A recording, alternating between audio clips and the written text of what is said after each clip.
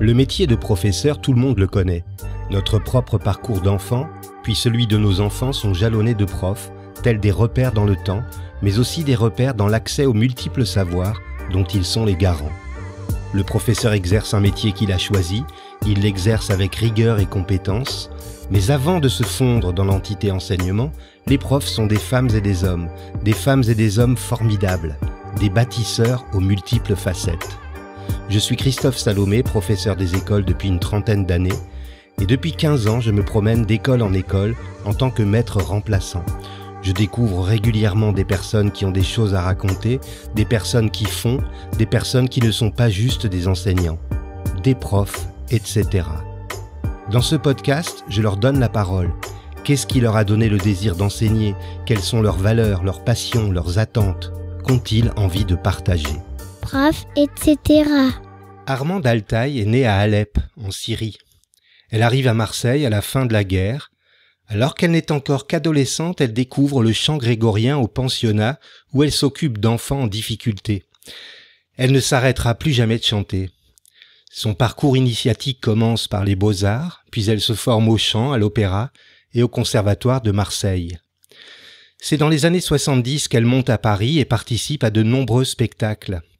Je ne vais pas faire l'inventaire de ses collaborations, car ce serait bien trop long, mais dans les années 80, elle se consacre entièrement à la musique et au chant et sort 3 albums solo. En 1982, elle joue et chante aux côtés de Jacques Higelin dans son spectacle au Cirque d'hiver Jacques, Joseph, Victor d'Or. Elle se produit également au Bain-Douche, au Palace et aux Folies Pigalle. C'est en 2001 que le grand public découvre Armande à la télévision sur TF1. Elle est le professeur de chant de la Star Academy et elle enseigne les techniques de respiration, de diction et de chant. Lors de la saison 8, c'est en qualité de directrice du château qu'elle rejoint à nouveau ce programme. Devant une forte demande, elle ouvre en 2002 une classe de chant et depuis, elle dispense son enseignement à de nombreux élèves au centre de danse du Marais à Paris. Aujourd'hui, Armande se partage entre ses cours de chant et de théâtre, la composition et l'enregistrement de chansons pour un prochain album. Elle dispense également des masterclass à Paris et en province.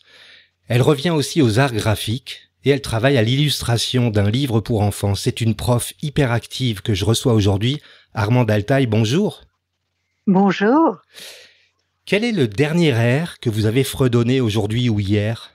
Oh là, quel est le dernier? J'ai tellement de musique dans la tête. Je pense que c'est surtout une ambiance. Je sais pas, c'est un jeune chanteur américain qui s'appelle Suburban. Ok. Voilà. Il a 20 ans et j'aime bien ce genre de musique, un peu baroque, un peu psyché, un peu barré. Quelque chose qui vous colle bien, quoi. Quel regard portez-vous sur votre enfance, Armande? Ah, l'enfance, c'est difficile d'en guérir. Des fois, il y a des choses qui reviennent, qui font mal, mais je suis attendrie quand même et je m'aimais pas, j'avais peur de pas être à la hauteur. Peut-être qu'on m'aimait pas assez, on m'écoutait pas assez. C'est-à-dire que tous mes frères et sœurs étaient très, comment je pourrais dire ça, très doués, très vivants. Moi, j'étais un petit peu tranquille. Et ma mère aussi, et mon père aussi. C'était tous des personnages très flamboyants. Et moi, j'étais un peu discrète et lente et rêveuse, voilà. Mais je suis attendrie par cette petite fille et je la trouve mieux que ce que, à l'époque, je pensais de moi. Prof, etc. Quel est votre meilleur souvenir en tant qu'élève? En tant qu'élève, moi, Oui. je saurais pas dire. Mon meilleur souvenir, il y en a tellement plein. Je pense que au conservatoire, c'était bien quand même. Le chant, le classique, c'était bien. J'avais un prof de chant qui était gentil, une petite dame ronde avec un petit chapeau noir et qui a su me voir, qui a su m'entendre. Voilà, elle a longtemps hésité entre mezzo, soprano et finalement c'était soprano dramatique. Voilà, c'était super. Il y avait une ambiance très romanesque. En plus, le lieu est très beau. C'est le même lieu que les Beaux-Arts où j'ai eu aussi des professeurs, notamment le professeur François Boucher pour la gravure et la sculpture et le dessin antique. Et voilà, c'était le palais, un palais qui est en haut du boulevard Garibaldi, qui est très romanesque, très joli, fait par Palais des Arts, ça s'appelle, fait par Esperandieu, à l'époque de Napoléon III. Et c'était un très bel endroit. J'y suis retournée quelques fois. Ouais. Voilà, c'est très beau. Alors pour les auditeurs qui ne connaissent pas forcément, on parle bien sûr de Marseille. Hein. De Marseille, bien sûr.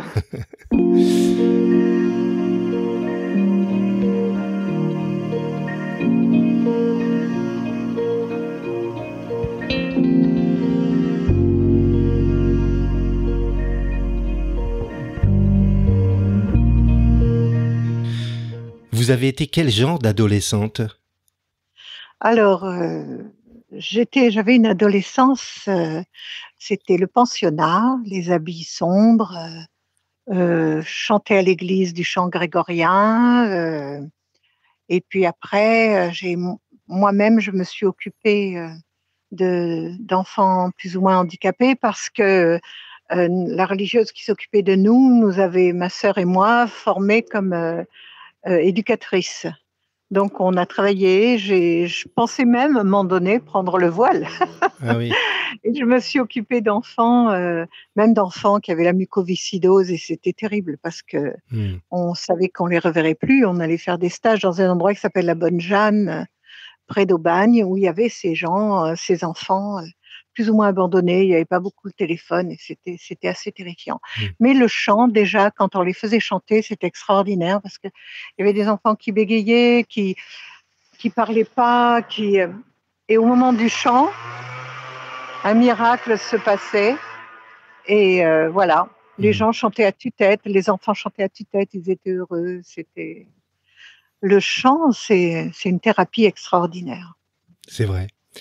En quoi cette période de l'adolescence a influencé le choix du métier de femme de spectacle que vous avez exercé et que vous exercez encore aujourd'hui? Eh bien, en fait, c'est le hasard parce que je voulais être peintre et je peignais, je faisais des tableaux, je faisais des restaurations de tableaux, de meubles anciens. Et puis, comme mes frères et sœurs chantaient, on jouait tous aussi d'un instrument. De temps en temps, je faisais un petit cabaret. Et ben, je me suis mis à gagner de l'argent très vite, très facilement. J'ai fait des concours de chant qui m'ont rapporté. Donc, j'ai dit, bon, ben voilà, ça va être ça immédiatement pour avoir les moyens de vivre, quoi. Ouais. Voilà. Et puis ça ne s'est pas arrêté. Oui, bien sûr. Et comment vos parents ont reçu ce goût pour le spectacle? J'imagine qu'avec un papa militaire, ce n'était pas gagné d'avance. Le père était absent. Le papa n'était pas un papa, c'était quelqu'un de terrifiant, qui avait beaucoup de... Je sais pas, c'est une sorte de héros par l'extérieur. Il montait à cheval, il peignait, il était maître d'armes, maître nageur, il chantait de l'opéra. Mais c'était un homme très, très violent, très difficile. Une de mes sœurs a été une grosse victime de lui. Voilà. D'accord. Voilà. Donc, il est parti, il nous a abandonnés aussi. Donc, c'était une maman plutôt, et une maman aussi, c'était pas n'importe qui, c'était une femme qui avait beaucoup de personnalité, qui était très séduisante, très dirigiste. Mais bon, elle a accepté. Oui. Elle a accepté que je fasse tout ce que j'ai fait. Voilà. La seule fois que j'ai vu mon père, que j'allais aux Beaux-Arts, et j'étais encore habillée en pensionnaire, il m'a dit, mais où tu vas? Je lui ai dit, ben, je vais prendre mes cours de peinture et de dessin. Il m'a dit, non, je t'interdis. J'ai claqué la porte, je suis partie quand même. Je ne savais pas ce qui m'attendait au retour, mais je l'ai fait quand même. Oui.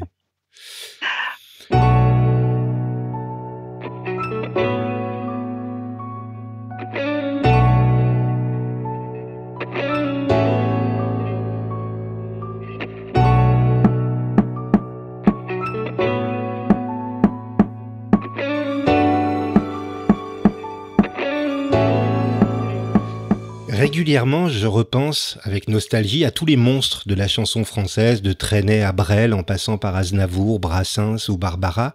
Oui, Mais il y en oui. a un qui me manque particulièrement, c'est Jacques Higelin. Alors, vous qui l'avez connu, vous pouvez nous en parler Oui. un petit peu? Ah bah, Jacques, il est parti un peu tôt, c'est vrai, cette maladie bizarre, on est tous on sait pas en fait. Hmm, Mais Jacques, c'est vrai qu'il avait un côté, je sais pas, un mélange de Gérard Philippe, mmh, du mime Marceau et il avait quelque chose de très français, même s'il chantait un peu un blues, mais ouais. blues louisianais quand même. Hmm. Voilà, il avait un style, c'est vrai. C'était un personnage attachant Ouais, c'est vrai, c'est important de souligner cette dimension à la fois fantasque, poétique et et française. ouais, française, très française, c'est vrai. C'est un héros français, Ouais. prof, etc. Et que retenez-vous de l'expérience Starac et est-ce que vous avez gardé des contacts avec les élèves des saisons auxquelles vous avez participé? Ah la Starac, c'est une expérience extraordinaire parce que c'est la première fois en France qu'on parlait des cours. Hmm, Les chanteurs français disaient: «Ne vous voulez pas prendre de cours?» ou s'ils les prenaient, parce que beaucoup venaient déjà chez moi, c'était pas c'était pour, surtout pas en parler. Il fallait que ce soit secret, il hmm, fallait pas que voilà, il fallait que ça ait l'air naturel, le talent était naturel et ouais. ils ont découvert la France a découvert le travail, les exercices. Ils ont découvert à travers tous ces jeunes chanteurs, heu, qu'on pouvait changer les choses et se cultiver soi-même, Hmm, et que c'est une passion incroyable parce qu'on a rendez-vous avec soi-même et on se transforme juste avec le travail. Et ça a été extraordinaire d'ailleurs, heu, tous les on était trois quatre professeurs et il y en a ils se sont tous mis à pulluler. Il y a ouais, eu tous les chœurs se sont remplis, c'était magnifique ouais. et enfin, les gens entendaient de la musique, parce qu'on est quand même le pays où nous avons plein de stars, où nous avions, parce que ça change un peu en ce moment, qui chantaient faux Ouais, et un public qui tapait pas en place dans ses mains et ça a changé tout ça, la ouais, Starac, c'est c'est vrai. c'est extraordinaire et puis moi j'avais beaucoup d'admiration pour ces candidats qui étaient, très courageux, qui amenaient tous leurs rêves en alors comme ils jetaient tous leurs chevaux dans la bataille, ils prenaient pas ça comme un jeu, ils prenaient ça comme un destin et quand ils partaient, ça c'était un crève-cœur Ouais, chaque fois. ouais. Mais il y a des surprises, beaucoup ont travaillé, ont fait leur vie, on fait des dîners, on se retrouve, on parle, voilà. Hmm, Certains travaillent toujours, d'accord. voilà, c'est une très belle expérience. Alors aujourd'hui, vous enseignez toujours le chant chaque semaine à de nombreux élèves. Oui, Vous m'avez dit oui. Vous m'avez dit que votre méthode était très différente de ce qui existait habituellement dans les écoles de chant. En quoi votre Oui. méthode diffère-t-elle des autres? C'est-à-dire que quand on a joué Godspell, une comédie musicale américaine, parce que j'ai fait des opéras, heu, hem, au festival d'Avignon avec des grands messieurs comme Wilson, tout ça, Hmm, des voilà, de la musique contemporaine, de la de, heu, qu'est-ce que j'ai fait d'autre? Je sais pas, il y en a tellement, Shakespeare, mhm, enfin voilà. En tant que comédienne, j'ai fait une comédie musicale qui s'appelait Godspell, qui a remplacé Air à la Porte Saint-Martin. hmm, C'était des Américains et il fallait être et dedans, il y avait des inconnus comme, Daniel Auteuil, Dave.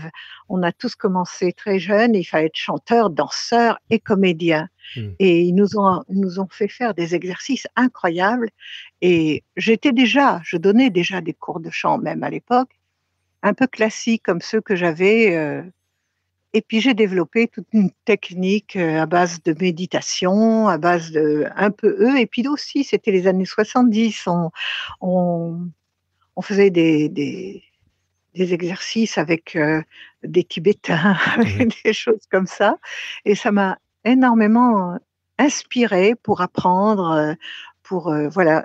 Toute façon, comme, quand j'étais éducatrice ou chef TEN, j'adore m'occuper des gens, j'adore voir, libérer les gens qui sont prisonniers et voir leur hmm, potentiel et il suffit qu'on leur donne un petit peu d'amour et d'attention, puis c'est des fleurs qui se mettent à éclore, d'une manière extraordinaire. L'handicap, à la limite, je le mets de côté. Oui. On a tous plein d'handicaps, mais ce qui m'intéresse, c'est le potentiel. Mmh. Donc voilà, j'ai une technique qui fait que d'abord, je m'intéresse à la planète ou à la fleur qui vient vers moi. Oui. Voilà. Mmh. Et je me suis retrouvée avec des diamants, des gens formidables.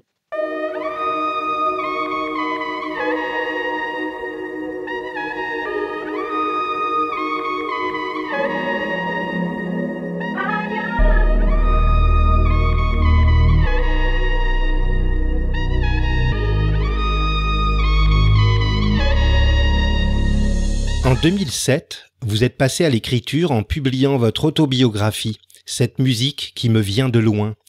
Est-ce qu'on peut dire que votre vie, c'est avant tout l'occasion de vous exprimer?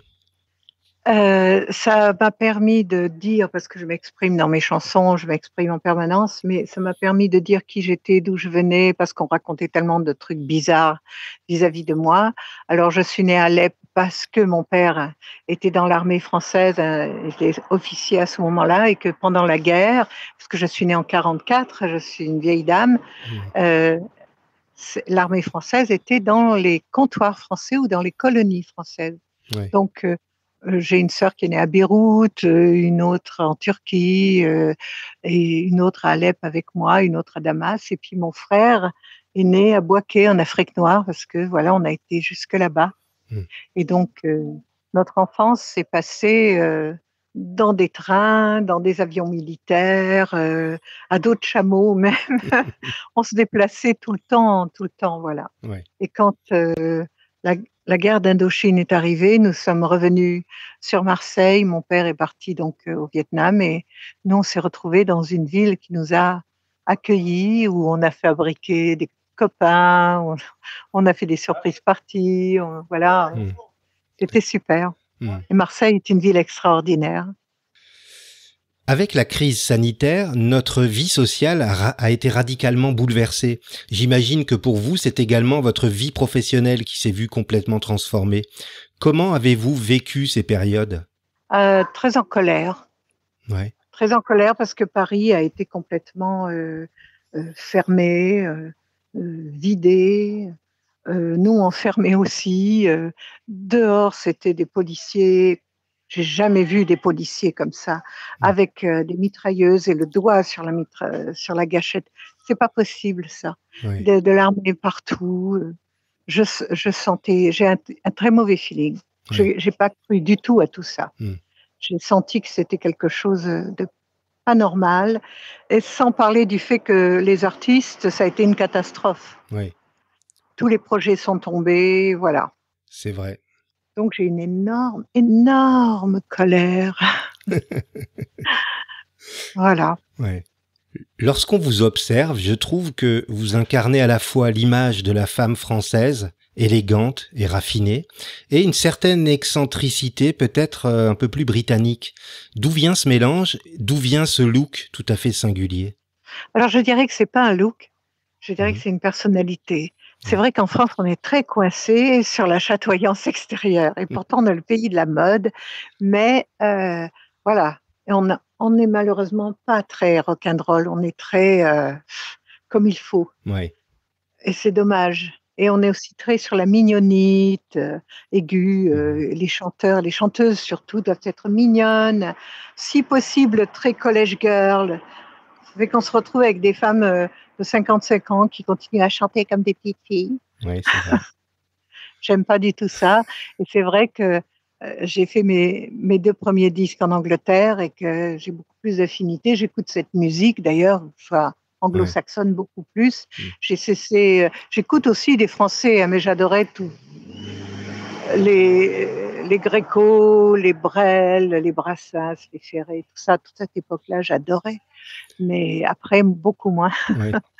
Et je retrouvais cet esprit, à Londres, ou à Manchester où j'ai été faire le deuxième disque, avec, Martin Hannett qui avait fait New Order, ou qui avait fait, Ouais. heu, enfin oui, plein de groupes comme ça, Magazine, avec Howard Devoto, enfin c'était l'hacienda, et Ouais. tout ce mouvement de musique. Donc, j'étais là-bas et j'ai eu toutes sortes de musiciens extraordinaires. Dans le premier, j'avais Andy Clark quand même, qui était Ouais. le clavier de Bowie, qui Oui, a oui. fait Ashes to Ashes, voilà, et des Barry Adamson, des grands musiciens. J'ai eu cette chance, à un moment donné, d'avoir fait de beaux disques avec Ouais. une production anglaise.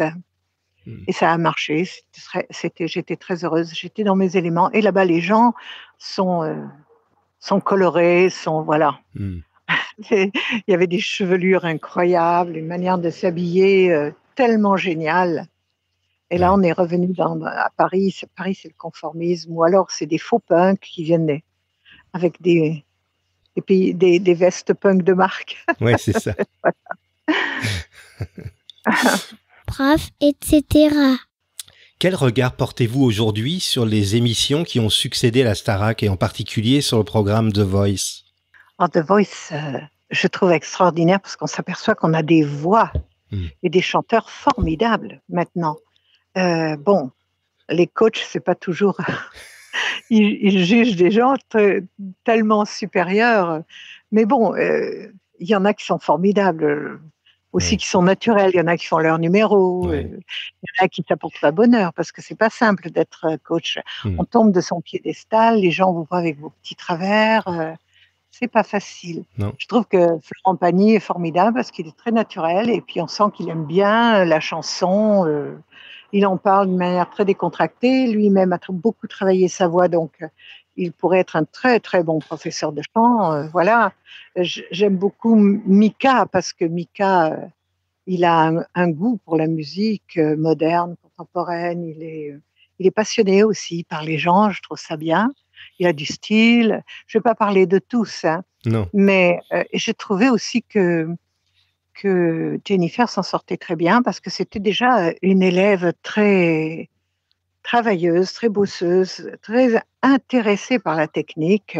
Ouais. Même si elle a son petit côté enfantin, ça ne veut pas dire qu'elle n'a pas de jugeote. Au contraire, elle en a beaucoup. Et voilà, et je l'ai trouvé très bien aussi. Donc, c'est passionnant. Je trouve ça passionnant. Mmh. Mais quand je regarde les Américaines ou les Anglaises, on choisit vraiment des très grandes voix, tandis que ici on se débarrasse un peu des voix. On choisit des personnalités un peu. On voit si elles sont adaptables Oui. à cette fameuse variété française. Mais bon, Mmh. même dans la variété française, ça a tellement évolué que maintenant il y a des choses très très très bien et de super chanteurs. Vous travaillez actuellement sur l'illustration d'un album pour enfants. Vous pouvez nous parler de ce projet? Oui, on va attendre un peu parce que il faut que je trouve le temps de le finir. J'ai fait des dessins, mais les dessins ne suffisent pas. Je suis en train d'apprendre Oui. à me servir d'une tablette D'accord. avec mon vieux cerveau. Ah, c'est intéressant. Vous dessinez sur tablette, donc? Pas encore. Ah, J'ai tous mes dessins de faits, mais maintenant je d'accord. vais m'adapter à la tablette pour que OK. là, ça soit imprimé d'une belle façon. Mmh. Voilà. Et c'est vous qui écrivez le texte Non, également? non, c'est une amie qui a beaucoup de talent et qui D'accord. est écrivain. Bon, ben, on a hâte Et de découvrir ça. Surtout, moi, en tant qu'enseignant, ben, je suis très avide de littérature de jeunesse, donc je ne c'est manquerai vrai. pas, je ne manquerai Ah pas ben, je vous le de découvrir ça. signalerai, oui. Sinon, qu'est-ce que je pourrais vous signaler qui est marrant? Bonjour, Tina, ça va? Poupoune. Mmh. Voilà une petite chatte qui rentre à la maison. Ah, d'accord. Euh, le premier week-end de juillet, je suis à Carcassonne pour un petit festival de cinéma et j'ai été filmée pendant 50 heures à peu près par la petite fille de Bernadette Lafont qui s'appelle Anna Medvieski. Oui. Et voilà, et son film réduit, bien sûr, va passer à Carcassonne dans ce week-end-là. Voilà, j'espère que ça va faire quelque chose. On Ah, verra très bien. bien. Bon. Le 1er, le 2 et le 3 juillet. Ah, très bien, vous Le faites bien. 1er, le 2 et le 3 juillet à Carcassonne. Bon. Eh bien, c'est noté dans nos agendas, en tout cas. Oui. Et quand si ça vous intéresse, quand ce petit conte de fées, c'est pas un conte de fées, mais c'est un conte, Oui. sortira, je vous le signalerai, je vous enverrai un SMS. Ah, merci beaucoup. Quand est-ce que vous avez ri aux larmes pour la dernière fois, Armande, et pour quelle raison? Oh, je me souviens pas, mais c'est vraiment des private jokes.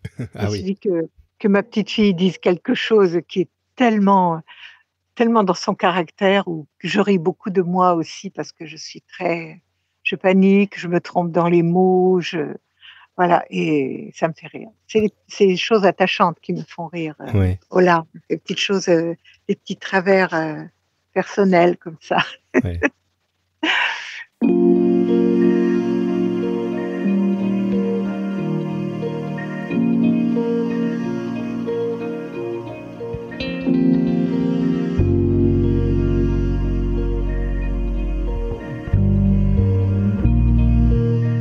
Pouvez-vous me citer un moment préféré de votre journée, qu'il soit professionnel ou plus personnel?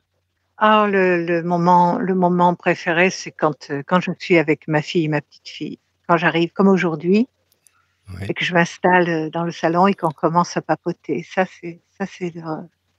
C'est délicieux, c'est le rêve, voilà. c'est le plaisir ultime. Oui, Quelle valeur a aujourd'hui le plus de sens pour vous? le courage, Ouais. la générosité, parce que tout le monde est lâche et cupide. Vous pensez ça de notre époque? C'est notre époque est détruite par ça. Ouais. Et c'est pas fini. Le pire peut arriver d'un moment à l'autre. Hmm. Tout ce qu'on aurait imaginé, que ce soit Aldous Huxley ou Orwell, tout ça, c'est pas vrai. Si, et c'est là, Hmm. voilà. Mais personne le voit ou ne veut pas le voir. Ouais. Quelle compétence ou capacité qui vous rend bien des services dans votre vie vous rend un peu fier? L'obstination. Ouais. Je suis obstinée et je suis un peu un perfectionniste angoissé, mais c'est aussi mes 2 défauts. Ouais, comme quoi un défaut peut rendre service parfois. Oui, je suis les 2. Je suis, pour des tas de gens, c'est un défaut. Hmm. Prof, etc. Si vous pouviez vous mettre dans la peau de quelqu'un d'autre, vivant ou mort, pour une journée seulement, vous choisiriez qui? Oh, ça, il y en a un paquet, hein. Peut-être David Bowie. Ouais. Ouais, ça doit être intéressant, pour le moins. Vu le nombre de vies différentes qu'il a eues, il faudrait dire Oui. David Bowie, mais à quelle époque? Comment définissez-vous le succès? Oh, on est obligé d'avoir du succès pour pouvoir continuer à faire ce qu'on aime. Ouais. Parce qu'il y a cette histoire d'argent. C'est dommage.